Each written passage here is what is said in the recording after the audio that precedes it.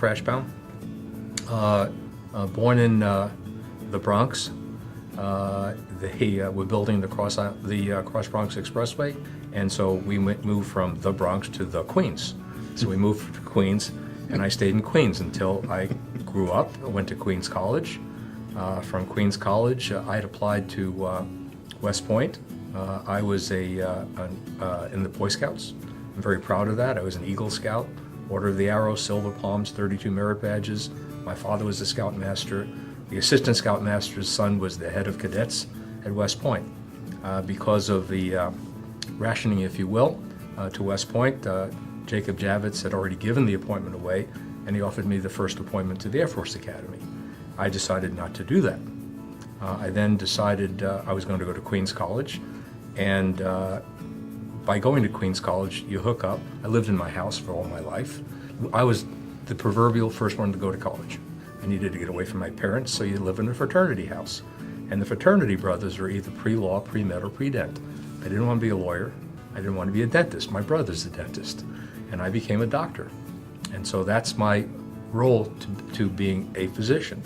I decided to go into orthopedics because I like building things. And some of the things that both Dr. Hochschild and Dr. Geyer have done together is design implants that are in human beings. If somebody said to me, what's the most significant thing that I think I've ever done, is that we've made people's lives better by actually dint of what we decided to develop and implement. So that's my reason for being here. My grandparents came from Russia, and it's interesting. I have my name is Rashbaum, and my cousin Jack, my father's father's brother, is Rashbam, R-A-B-A-M, and we are descendants from Rashi, a very famous Talmudic scholar. So that's the Jewish star I bear through life. I'm Steve Hochschild. I was born in Long Island, New York, so we're all three from the East Coast. A little town called Long Beach, which had 30,000 people in the winter, 110,000 in the summer. It was a great place to grow up. I came from a family that survived the Holocaust, and actually my grandfather wrote a diary like the Diary of Anne Frank, and they came from Holland, so there are a lot of similarities. My father was from Belgium, and they were in the diamond business. They were in the U.S. in '39, not worried about it because they were well established in Europe, so they went back, then had to escape, and they escaped in '41. My grandfather had established the Diamond Dealers Club in Antwerp, so they were well off. They came here and they had nothing. And my father wound up polishing diamonds instead of owning a big organization. With that in mind, I had no money from home. So I'm kind of an American dream because I didn't get a penny for college or medical school. I came out owing $5,000, having gone to some pretty darn good schools, Columbia undergrad and Harvard Med, and owed $5,000. That's an American dream. I worked hard, I had jobs, there was no such thing as welfare. I believed in working, I still believe in working. Like my older partner, who I met in the military in '71. I'm 75. I feel like I'm 30. I still am very active in a lot of things. I'm enjoying life. Basically, I was more pushed into medicine because my parents felt you can lose everything. You could be wealthy in another country, but God forbid another pogrom occurs, you're out. So my mother, proverbial Jewish mother, wanted me to be a doctor. I wanted to go into the business world. But I became a doctor. I'm very happy I did, even though I was pushed into it. I met Ralph in the military. At that point, I was thinking of becoming a surgical oncologist. He convinced me not to do that, though he wound up working for me, and I did say he's older than me.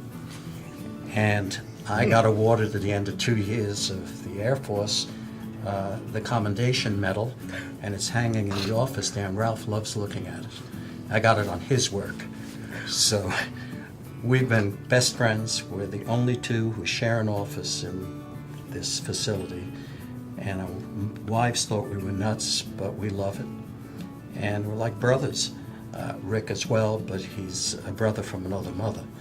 But bottom line, we've had a hell of a good run. We've done very well, very successful in a lot of ways. But the most important thing to both of us, and he'll tell you the same, though I might have to press him, is our friendship. And we're proud of it. Since 1971, best buddies. I'm Rick Geyer, and I'm the third and the youngest of the three original partners. And could you stop tickling me? Thank you. This is how it is. So my background is a little bit different. My family was a little more fortunate that most of them came over from Russia, Poland, and Hungary in the teens, in the early 1900s, I should say. And unfortunately, on my mother's side, those that came from Hungary, only one of them stayed over and the rest went back to Hungary. And that was a big mistake because they didn't survive the Holocaust. But the other family was here, and my grandfather on my father's side was a bootlegger up near the coal country in Pennsylvania. So he lived a high life and died at a very young age, but my father wanted to be a doctor, and he had rebuilt a Model T, hence where I got my love for cars, so that he could travel down to Philadelphia to go to University of Pennsylvania. And my mom's family, as I said, they were from Hungary, and but only her side was fortunate enough to stay. So when I grew up, my father was a GP in a little town in North Wales. It was all of about 3,000 families, and there was only one Jewish family. That was our family.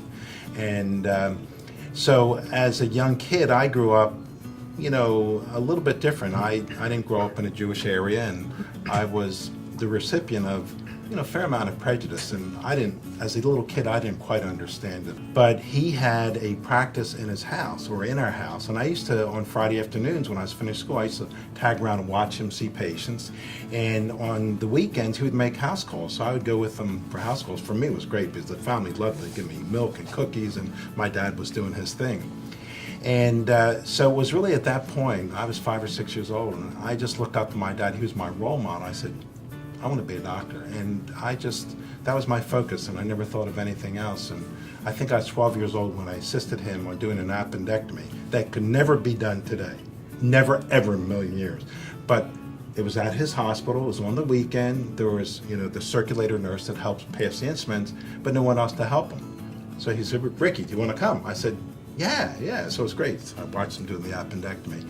And the rest was history. I went through medical school, and I went through my residency at the University of Pennsylvania, and I was going to be a total hip surgeon.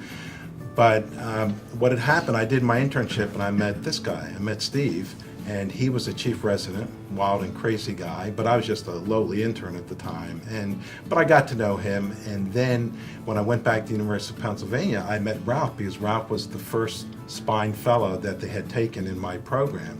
And I remember saying to Ralph, and it's kind of ironic, I said, because I was sort of fishing around. My wife was from Houston, and I wanted to go back to Texas. And, you know, Ralph, I knew that Ralph was going to Dallas, and I said, Ralph, you know, I sort of asked him a question, what are you going to do there? Oh, I'm going to do spine surgery. I said, oh, really? I said, you ever think of taking anybody on?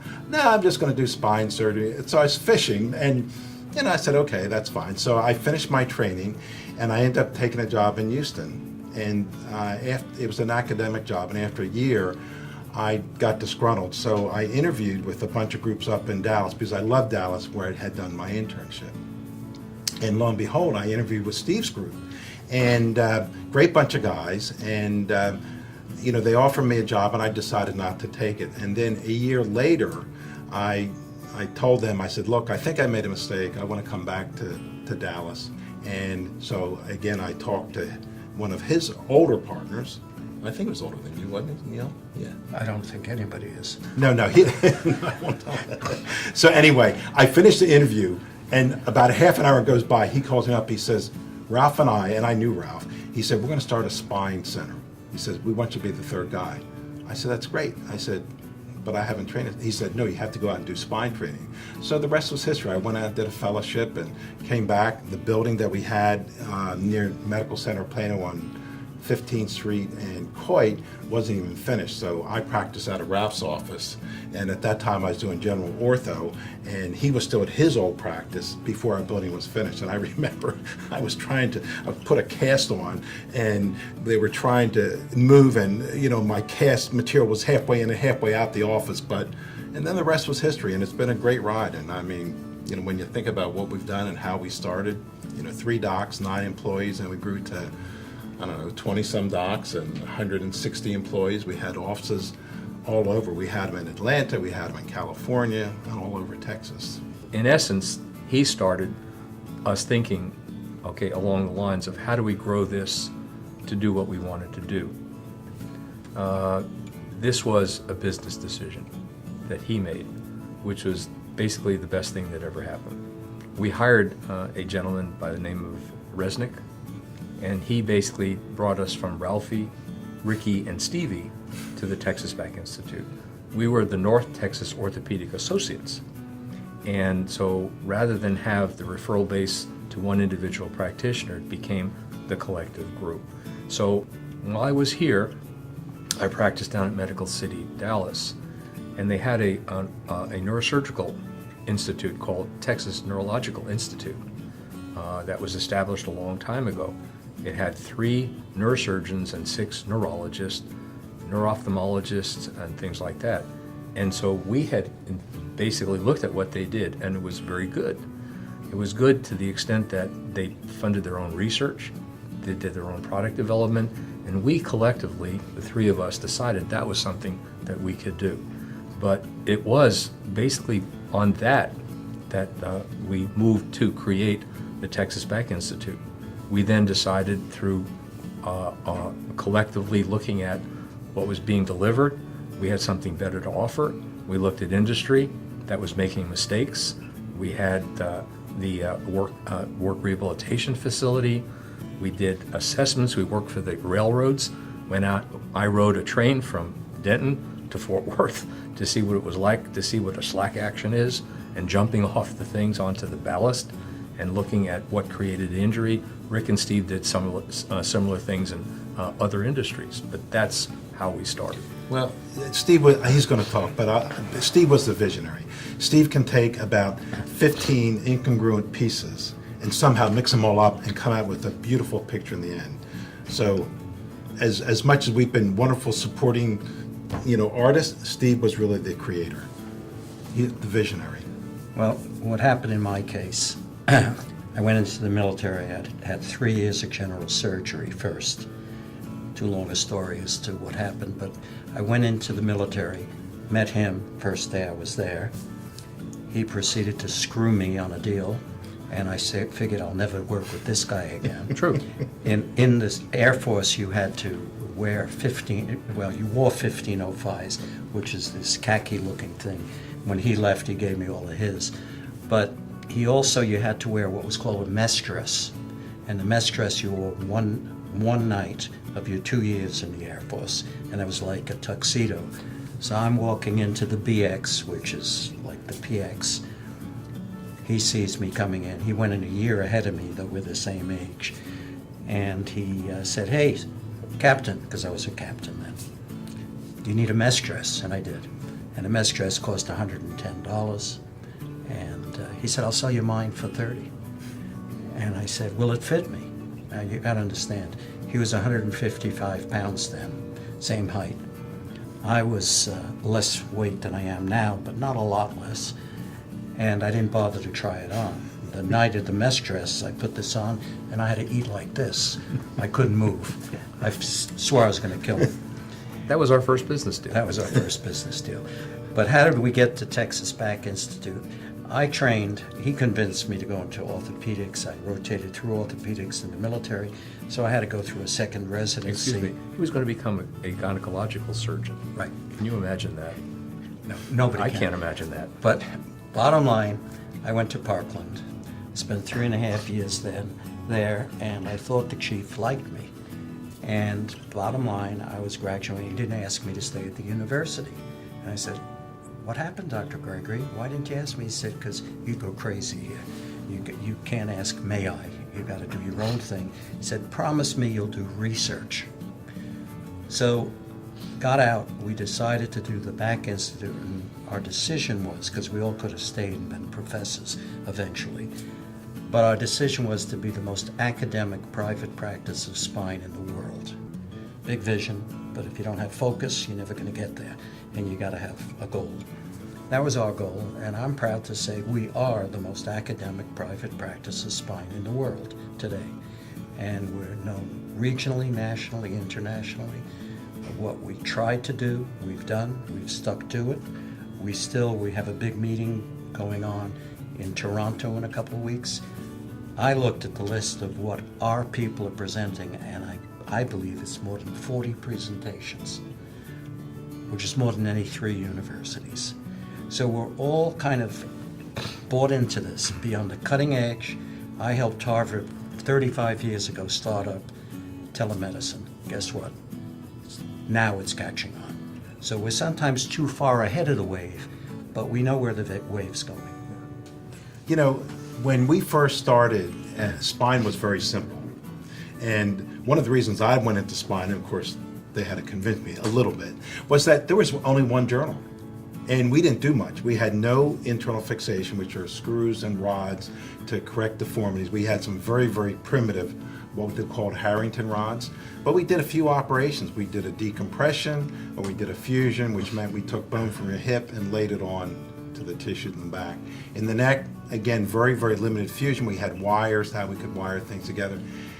And then over the years, we've seen a tremendous explosion in the development of all different devices that allow us to correct, deformities, that allow us to maintain stability when we do a decompression, to the point now we have artificial disc replacement.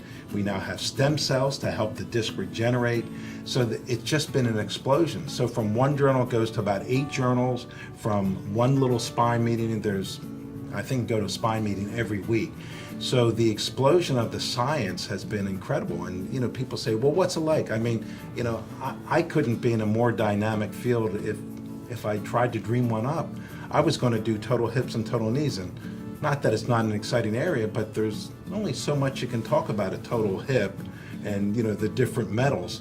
But when we look at what's happened in spine, I mean, now with robotics and minimally invasive, you can go on and on.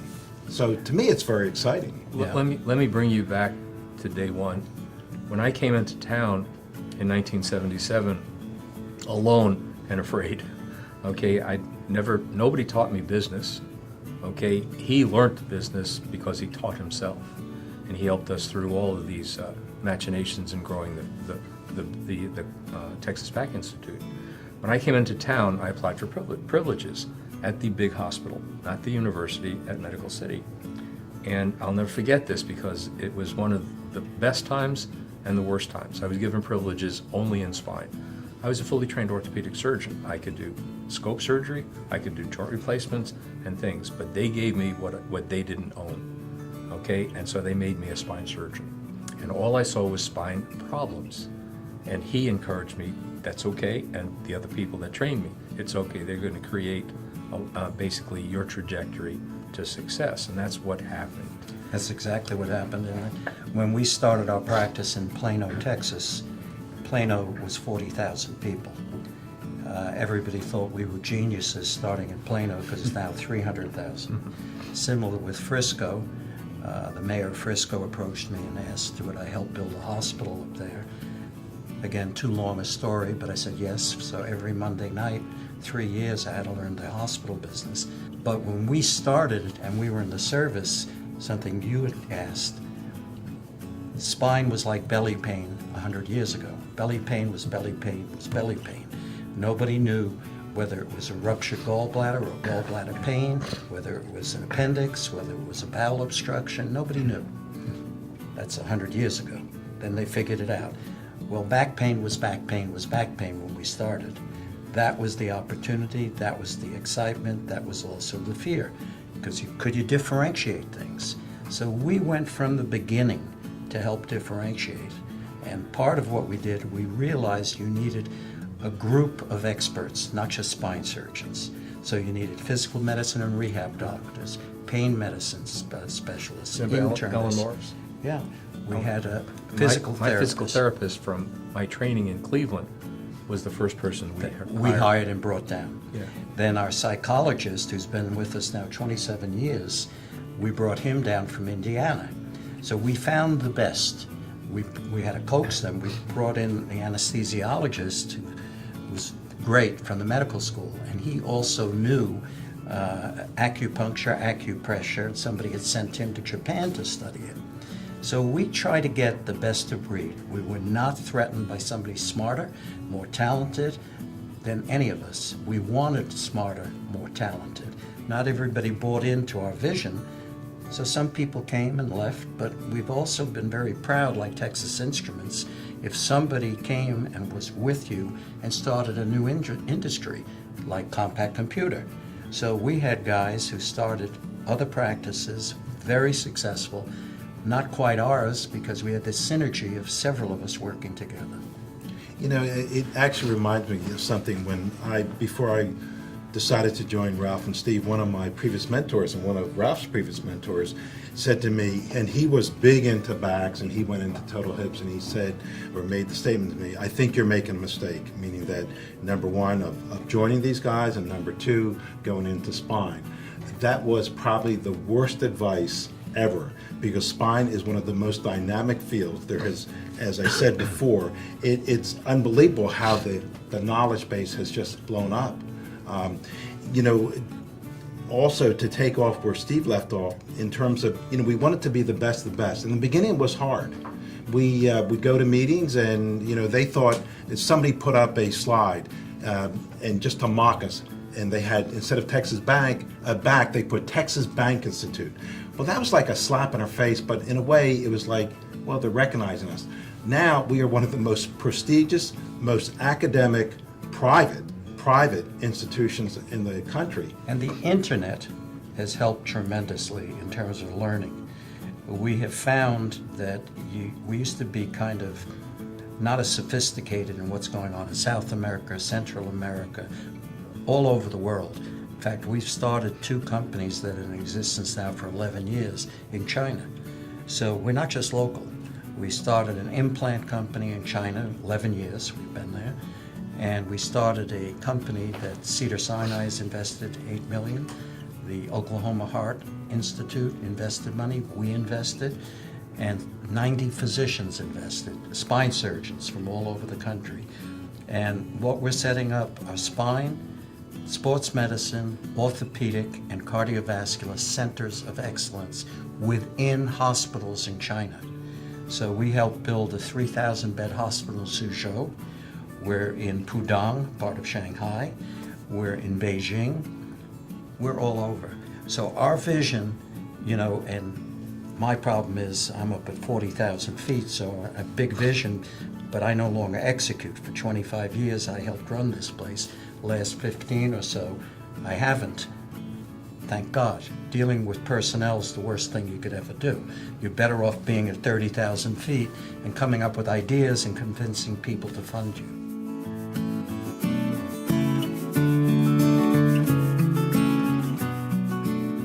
It is much harder. Okay, the stress of doing it, because basically the outcome is expected. Let me say this. He might have been under stress. I had no stress at all helping him. Oh, helping him. That's true. It's the calm of the first assistant. That's right. So the guy who's in charge feels the stress. So as another example, we had a partner several years back, and he was taking care of a princess from Saudi. And they wanted him initially to operate in Saudi. And a lot of people have learned you're better off in your own operating room. So he had this princess come here, and he operated on her here. And you want to be in your own home stadium, so to speak.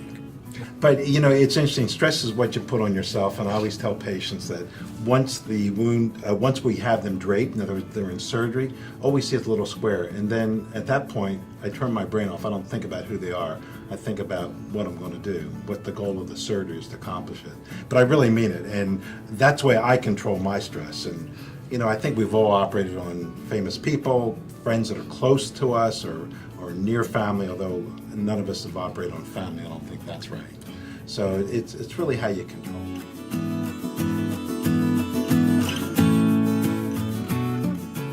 If you look at any new idea, like if you read Inside the Tornado out of MIT, and they're innovators, then they're early adopters, and then you have a chasm.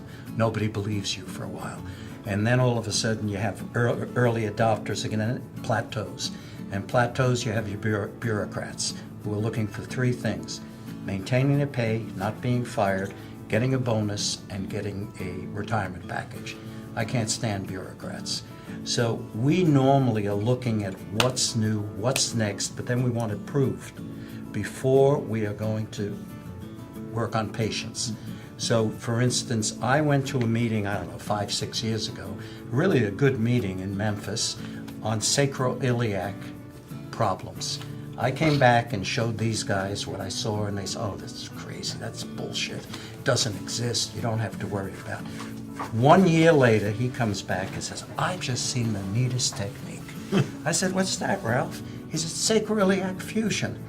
I pulled up this X-ray. I said, remember this? I showed this to you a year ago. And as I said, we share offices. He said, oh, yeah. He said he wanted to get involved. I said, go for it. Now he's one of the experts, world experts, on sacroiliac disease and fusions. There's still people who don't believe it exists. Ask him. He's gotten people who were miserable better by dealing with it. I think the concerns that we have, and more to your point, there are pioneers perish and settlers survive. We dabble a little in the pioneering aspect of that as we look at and represent evolving companies with ideas. We have a research foundation here, nonprofit research foundation, which allows us to work, in bringing products, some of which are our ideas, or we consult on, but most often they're other people's ideas. And we represent the FDA and this company and bring it to fruition. We brought the artificial discs into the universe of acceptance, first with the Charité device from Germany. That was 18 years ago. And that was a long, long, long time ago. And so the important issue here is, as Stephen talked about, the learning curve. What I would look at as an insoluble problem, the proverbial pain in the butt, which is sacroiliac joint disease. There was nothing we could do because the existing technology was such an abject failure. I didn't want to leave somebody worse than what we inherited them. One of the things that we do here is build on our strengths. His is business, his is education, and mine is quality control. If we create a problem, we want an environment that deals with the problem. We don't pass it along. And so I became very, very much interested in chronic pain. As a spine surgeon, I jokingly say it's an annuity. I create it, and they get to treat it. But all jokes aside, it became an issue. And when Stephen brought up this, I said, there's nothing to do. And on the business side, I think this is really what he was touching on. He said, we have an opportunity to become angel investors in this unique product. I don't want to do that. And so he basically told the president of the company, and the president of the company said, well, at least would he come on our medical board? And so Stephen said, would you do? I said, I'll do that. And lo and behold, the pain maven realized how ubiquitous a problem it is. And it's probably one of the single largest growth areas, in interventional spine surgery in the United States and in Europe. Basically, we see what happens after patients who have had back problems, spinal fusions. Over time, their SI joint breaks down, the sacroiliac joint. And it's predictable with a 47% prediction rate. And so it's kept me busy. I have my pain practice and my pain in the butt practice. But you're going to develop an artificial disc for the SI joint. Right. When I initially said we wanted to be the most academic private practice of spine, along with that we started a nonprofit research foundation, which Rick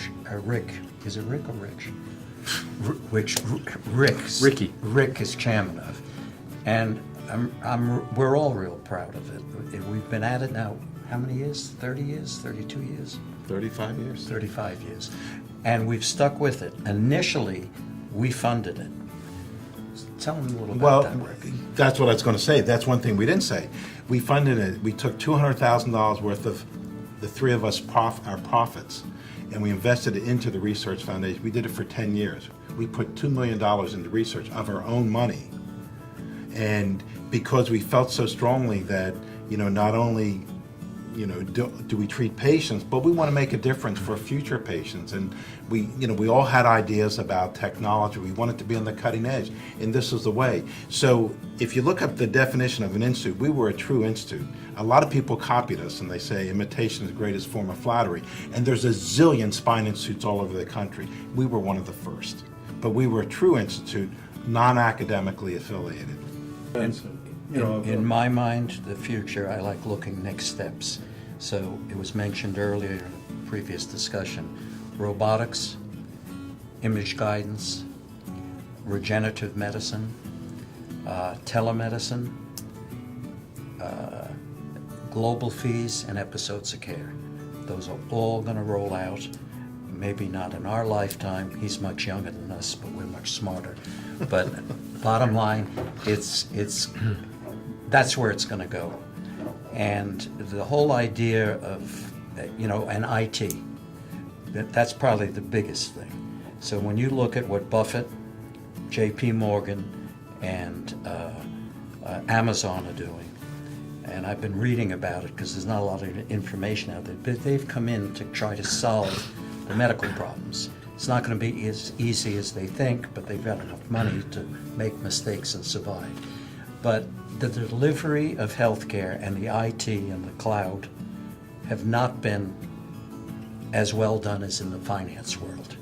So it's a huge opportunity. It's going to happen, and you're going to have stats on what are my results, his results, and other institutes' results.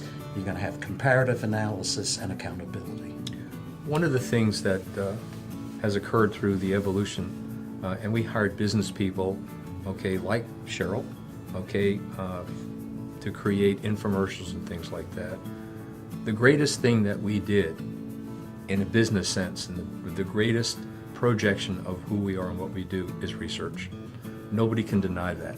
We're simply giving them our response and our results to what we do. We don't put up billboards basically touting how great we are. We just put up, we're infomercially available. This is what we do. This is the next step, and come to see us in that. And that's been a very, very important consideration. Well, to add on what both Ralph and Steve said, I like the technology, and I see spine surgery going real far out. And again, I don't know if it's ever we're going to see it in our lifetime, but I think that the marriage of robotics with image guidance, sort of like the way they fly jets. Once they're up in the air, they're flying based on the coordinates. And navigation in the spine, we still have these fiducial or these markers that are outside the spine to show us where we are. But we don't have real-time imaging. And I think once we get to the point that we have real-time imaging with robotics and the marriage of MIS, so it's all these different technologies come together, we are going to see us be able to do unbelievable surgery. For example, spinal stenosis is a very, very common disorder today. But how do we treat it? Well, we basically have to remove bone to get inside the spine to take the pressure off the nerves. And what I envision in the future, we will put these little chompers in there, and we'll guide them with real-time imaging. We'll know how much we need to take. We'll resurface the inside. We won't damage the patient. They'll come in as an outpatient, and you might even be able to do it remotely. In other words, Ralph might sit in the corner and he's manning the thing, and I might be in another city saying, no, Ralph, you need to get a little more on the right. But I envision that's where it's going to go. I think that, we have these two tracks. I think we have biologics and the advancements in stem cells, and I do think stem cells, when they finally unlock everything, will be unbelievable, because we know that the stem cell is basically where we all started from. It's what each cell, when it gets the proper signals from the environment, determines what it's going to be, but we're not there yet. So I think that you have the biologic, and then you have the technology on this side. It's a matter of which one gets there first. It's like people say, what happens with a spinal cord injury patient? Are we going to be able to get them to walk again because of stem cells? It might be, but also are we going to get them to walk because we're going to have exoskeletons that will program the movements of a human being so smoothly they won't be able to tell the difference whether or not they have a normal spinal cord or they have this exoskeleton. Lets them become a mobile human being again. If you look at what's being done at Scottish Rite Hospital or some others with amputees, and where they now can pick up a glass without crushing it with the prosthesis, I mean, that is advancing very quickly. Another area that I think is much sooner to occur than later is if you look at scoliosis deformity. Okay, take somebody with dental problems and you go to the orthodontist, they don't straighten it all out at once. They do little bits at a time. They put on the braces, they manipulate the braces. I am seeing a lot of attempts now to do something very similarly in spine, in deformity, where you correct one part of the curve and wait 6 months. You correct another part of the curve and wait 6 months. It sounds, that it's not reasonable, but it is reasonable, through many incisions. So rather than a huge incision up and down somebody's spine, you come in from the side, you come in through the chest, you come in different ways. That will be one of the soonest things that are going to be done. And it makes all sorts of sense to approach things like that. The other thing that we didn't mention is education of the public. We've been very committed to that. So we've helped two internet sites.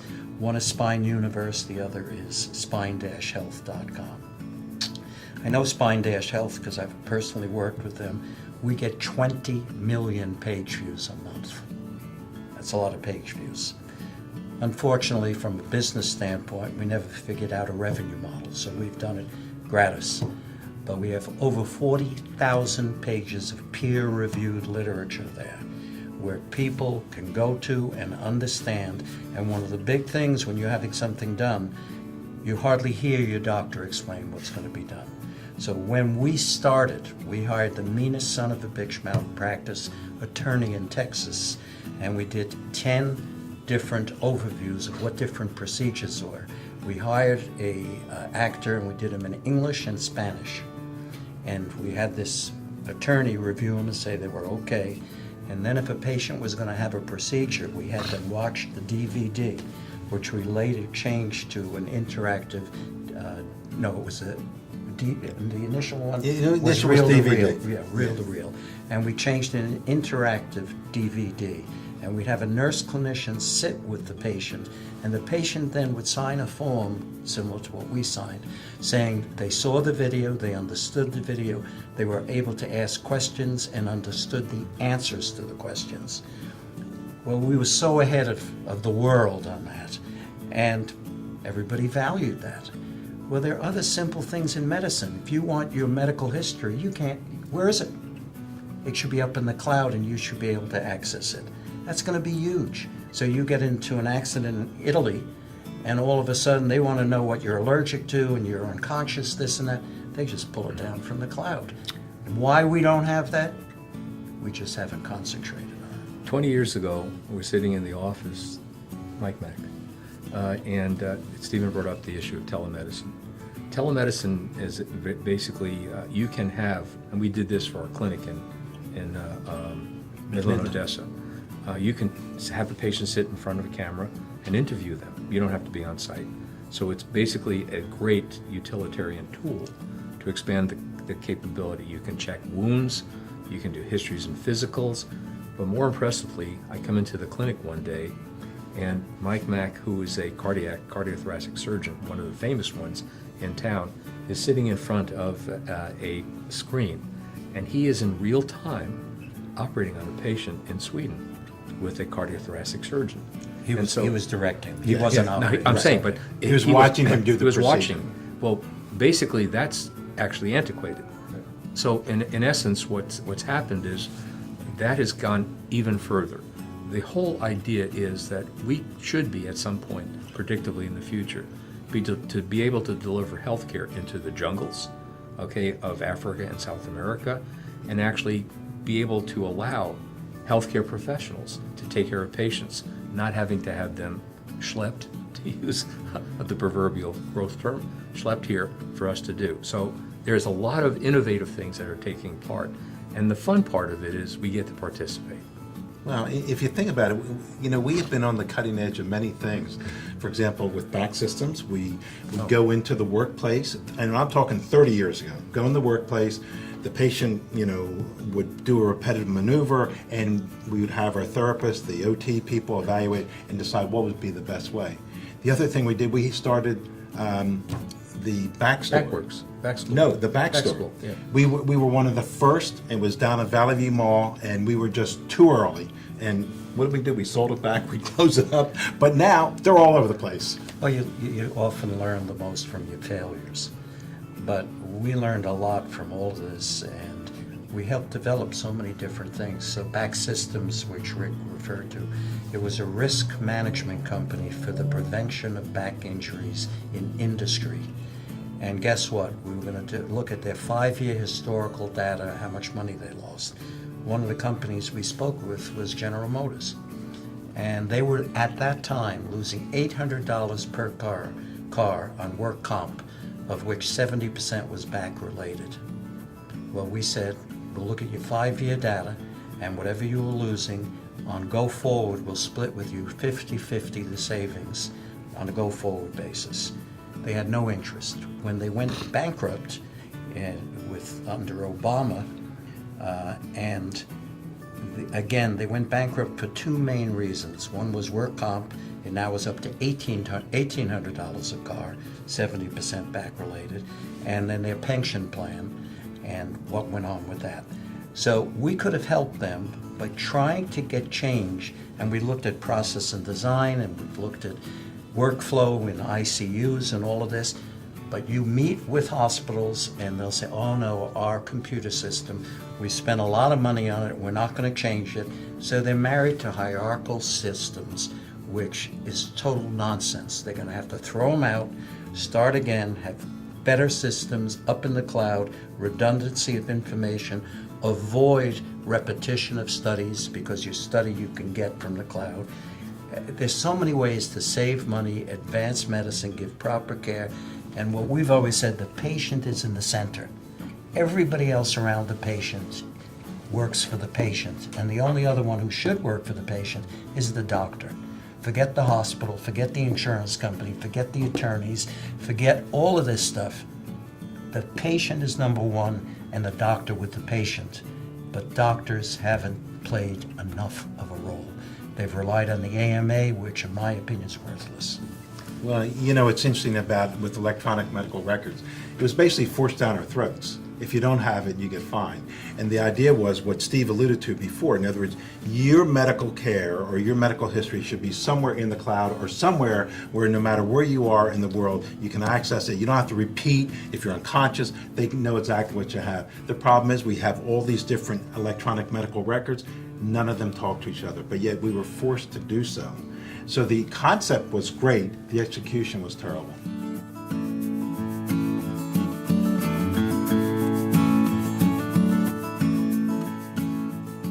Well, if you're talking about current events, obviously, the Kennedy was the first significant one in my lifetime.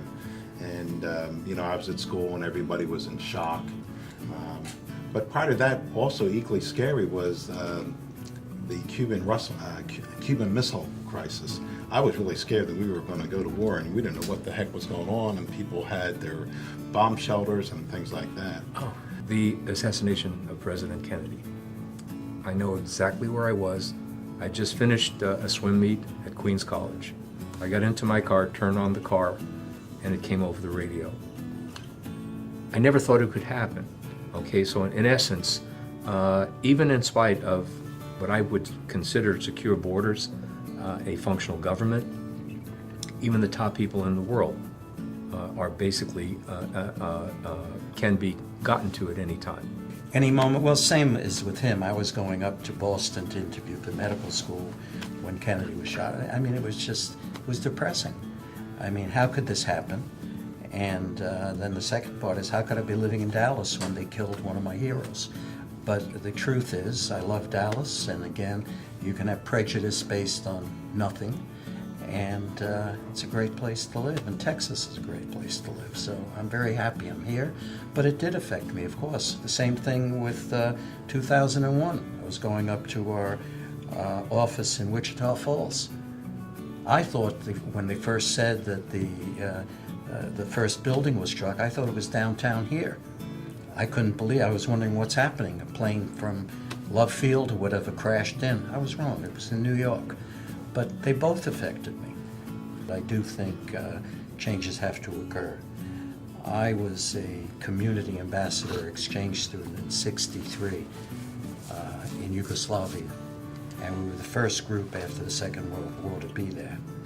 And what I learned very quickly, and I loved Yugoslavia and I loved the people and how they all got into turmoil, is all political and roused up, but I met Tito and the whole 9 yards, and what I learned there was what the goal of the average citizen, and they were great people, was to come to the U.S., and they were a socialist country, not communist. Come to the U.S., earn a fortune, and go back and live in Yugoslavia. Well, we should teach the progressives in this country what that's all about. Because I was a Democrat, I'm an independent now, but the truth is, you can talk all you want about, quote, socialism and the equality of such. It doesn't work. So the way they motivated people there, and of all things, we visited toilet factories. And the toilet factory, one would be put up against the other. Whoever produced the most with the least amount of resource, they got a house on the Danube for the summer, or on the Adriatic. You gotta be kidding me. Is that communism? Is that socialism? That is capitalism. And the motivation, every human being has the same motivation. That's life, food on the table, their children have a chance for education, and they're not under the thumb of the government. I think we all have the same motivation. We're lucky enough we're born in this country that you can do that. My advice for the next generation is basically the same as what we just heard. Do what you're passionate about, and it will never be a job. And I'm so passionate about spine. There's not a day that goes by that I don't wake up and say, okay, I'm ready for today, and see what it brings. I love people. I love what I do. I love spine surgery. And I hope everybody can find that, because I think to work at a 9-to-5 job would be very, very boring for me. It may not be for everybody, but at least do what you love and focus on it and work as hard as you can. And as Steve said, if you fail, it's okay, but keep on trying and don't give up until you reach that goal. Find something you love, find something you have a passion for. Don't let anybody stop you. Obviously you have to have the skill, but focus on it. And if you fail the first time, keep trying. So it's almost Winston Churchill, never give up. Be passionate about something. When you're passionate about the participation in the work that you do, it's really not work. It used to be fun to come to work when we didn't have to jump through all the hoops. Electronic medical record.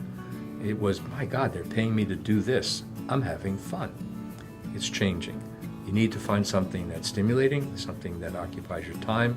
It should be rewarding, both mentally and financially, and something most important to me that your family becomes proud of you for. The single most important thing, my daughters are proud.